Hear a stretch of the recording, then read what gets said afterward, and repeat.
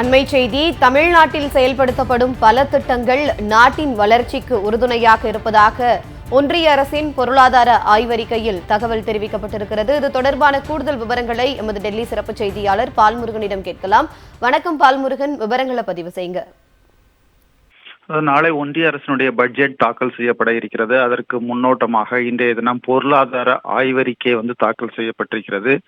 இந்த பொருளாதார ஆய்வறிக்கையில் தான் தமிழ்நாட்டில் செயல்படுத்தப்பட்டு வரக்கூடிய பல்வேறு திட்டங்கள் பொருளாதார வளர்ச்சிக்கு உறுதுணையாக இருப்பதாக தெரிவிக்கப்பட்டிருக்கிறது.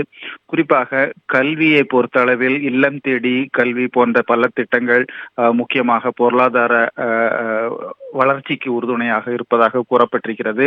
அதே போன்று உற்பத்தி துறை, தொழில், சிறு குறு வளர்ச்சி, விவசாயம் உள்ளிட்ட பல்வேறு துறைகளில் தமிழ்நாடு அரசு செயல்படுத்தி வரக்கூடிய பல திட்டங்கள் நாட்டினுடைய வளர்ச்சிக்கு மிக உறுதுணையாக இருப்பதாக தெரிவிக்கப்பட்டிருக்கிறது.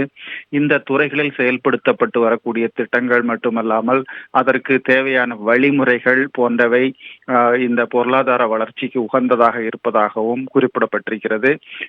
குறிப்பாக தமிழ்நாடு உள்ளிட்ட தென் மாநிலங்கள் பொருளாதார வளர்ச்சிக்கு அதிக பங்களித்து வருவதாகவும் இந்த ஆய்வறிக்கையில் தெரிவிக்கப்பட்டிருக்கிறது. ஜெனிஃபர், விவரங்களை வழங்கியமைக்கு நன்றி பால்முருகன்.